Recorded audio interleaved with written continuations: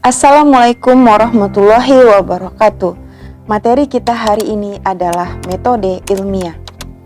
Nah, perkembangan ilmu kimia yang kita rasakan dalam kehidupan sehari-hari saat ini merupakan hasil kerja keras para ahli kimia dalam melakukan penelitian dan studi. Nah, ilmu kimia sendiri dikembangkan berdasarkan hasil kajian teoritis dan hasil kajian empiris. Kajian tersebut dilakukan melalui langkah-langkah sistematis yang disebut dengan metode ilmiah. Banyak manfaat yang kita rasakan jika kita terbiasa menyelesaikan suatu permasalahan secara metode ilmiah. Karena metode ilmiah itu sendiri adalah proses ilmiah untuk menyelesaikan suatu permasalahan secara rasional berdasarkan data dan fakta, bukan berdasarkan opini dan pendapat. Untuk menyelesaikan permasalahan dengan menggunakan metode ilmiah melalui beberapa tahapan. Yang pertama, identifikasi dan perumusan masalah. Pernah nggak sih pengen membantu teman tapi nggak tahu masalahnya ada di mana? Nah, kalian harus terbiasa untuk mengidentifikasi suatu masalah dan merumuskan masalah. Masalah itu biasanya dalam bentuk research question atau pertanyaan penelitian. Perumusan masalah merupakan kalimat tanya yang menggambarkan hubungan antara dua variabel atau lebih. Ada beberapa macam variabel, yaitu variabel bebas, variabel terikat, dan variabel kontrol. Variabel bebas merupakan variabel yang sengaja diubah oleh peneliti. Variabel terikat merupakan variabel yang nilainya berubah akibat adanya perlakuan terhadap variabel bebas. Sementara variabel kontrol adalah variabel yang memiliki nilai tetap pada setiap percobaan. Artinya, dia tidak begitu mempengaruhi percobaan. Identifikasi masalah dibutuhkan agar kita benar-benar menemukan masalah ilmiah, bukan akibat dari masalah lain. Tahapan metode ilmiah berikutnya adalah penyusunan teori dan studi pustaka.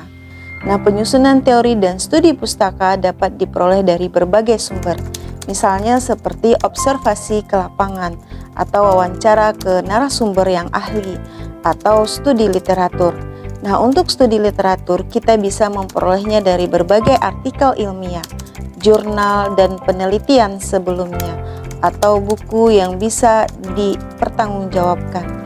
Sebagai contoh, jika identifikasi masalah kita adalah pengaruh suhu terhadap kelarutan gula, maka pada penyusunan teori dan studi pustaka harus berhubungan dengan identifikasi masalah.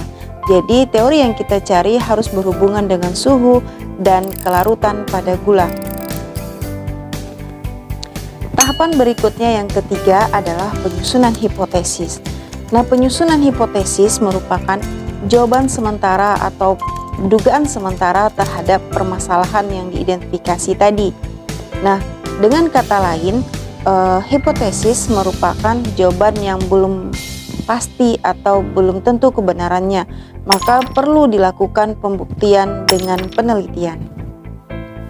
Maka, tahapan metode ilmiah berikutnya adalah melakukan penelitian dan menganalisis data hasil penelitian.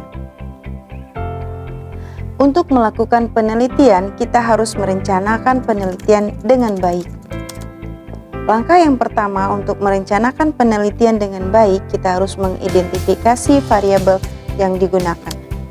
Contoh dari perumusan masalah penelitian pada tahap sebelumnya tadi, yaitu pengaruh suhu terhadap kelarutan gula, maka variabel bebas yang akan kita variasikan adalah suhu. Kemudian variabel terikat atau variabel tidak bebas yang akan kita ukur adalah waktu. Dan variabel kontrol yang akan kita buat tetap adalah massa zat terlarut dan volume pelarut. Untuk memperoleh data yang dapat diterima atau valid, maka pengukuran minimal 5 nilai variabel bebas. Nah, untuk ketelitian, pengulangan pengukuran dilakukan pada nilai yang sama, kemudian diambil rata-ratanya.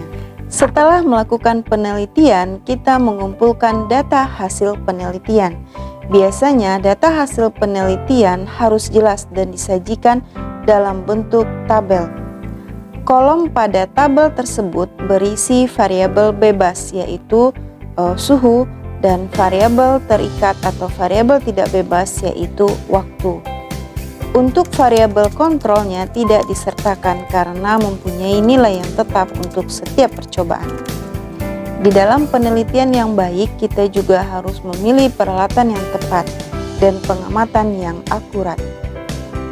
Jika masalah penelitian kita adalah pengaruh ukuran partikel terhadap kelarutan gula, maka tentukan variabel bebas, variabel terikat, dan variabel kontrol yang tepat untuk penelitian tersebut. Nah, setelah kita mengumpulkan data hasil percobaan, kemudian kita mengolah dan menganalisis data hasil percobaan tersebut. Untuk menganalisis data hasil percobaan, kita konversikan data yang tadi kita kumpulkan dalam bentuk tabel menjadi bentuk grafik agar lebih mudah menganalisisnya. Nah, dari hasil analisis data penelitian tersebut, kita bisa menarik kesimpulan. Maka metode ilmiah berikutnya adalah penarikan kesimpulan. Penarikan kesimpulan harus dilakukan dengan cermat, berdasarkan data teori yang ada pada tinjauan pustaka dan hasil analisis data pada eksperimen atau penelitian. Nah, tahapan yang terakhir dari metode ilmiah adalah penyusunan laporan. Penyusunan laporan terdiri atas beberapa bab. Yang pertama, bab pendahuluan. Bab pendahuluan berisi tentang latar belakang masalah penelitian, kemudian pertanyaan penelitian dan perumusan masalah penelitian. Kemudian bab yang kedua berisi teori atau tinjauan pustaka. Ini berasal dari beberapa referensi, baik buku, jurnal, artikel ilmiah, atau penelitian sebelumnya, maupun berasal dari observasi di lapangan dan narasumber ahli yang bisa dipercaya. Nah, bab yang ketiga dalam laporan penelitian adalah penelitian. Nah, di dalam penelitian bab ketiga ini berisi alat dan bahan yang digunakan, prosedur penelitian, dan data yang diperoleh dari hasil penelitian. Kemudian, bab yang keempat berisi pembahasan. Pembahasan ini merupakan hasil analisis dari pengolahan data. Berikutnya, bab kelima dari laporan penelitian adalah kesimpulan. Kesimpulan merupakan penjelasan apakah hasil penelitian sesuai dengan hipotesis atau tidak. Nah, dalam bagian ini dapat dituliskan rekomendasi untuk penelitian selanjutnya. Kemudian, bab yang terakhir dari laporan penelitian adalah daftar pustaka. Di mana-mana dalam artikel ilmiah atau jurnal ilmiah wajib ada daftar pustaka. Daftar pustaka berisi referensi yang digunakan dalam penelitian. Penulisan daftar pustaka harus sesuai dengan standar penulisan laporan ilmiah. Nah, tadi kita telah mempelajari langkah-langkah metode ilmiah dalam menyelesaikan masalah. Yang pertama, identifikasi dan perumusan masalah. Yang kedua, penyusunan teori dan tinjauan pustaka. Kemudian yang ketiga, penyusunan hipotesis. Yang keempat adalah melakukan penelitian dan menganalisis data hasil penelitian. Dan yang kelima adalah penarikan kesimpulan, dan yang terakhir adalah penyusunan laporan.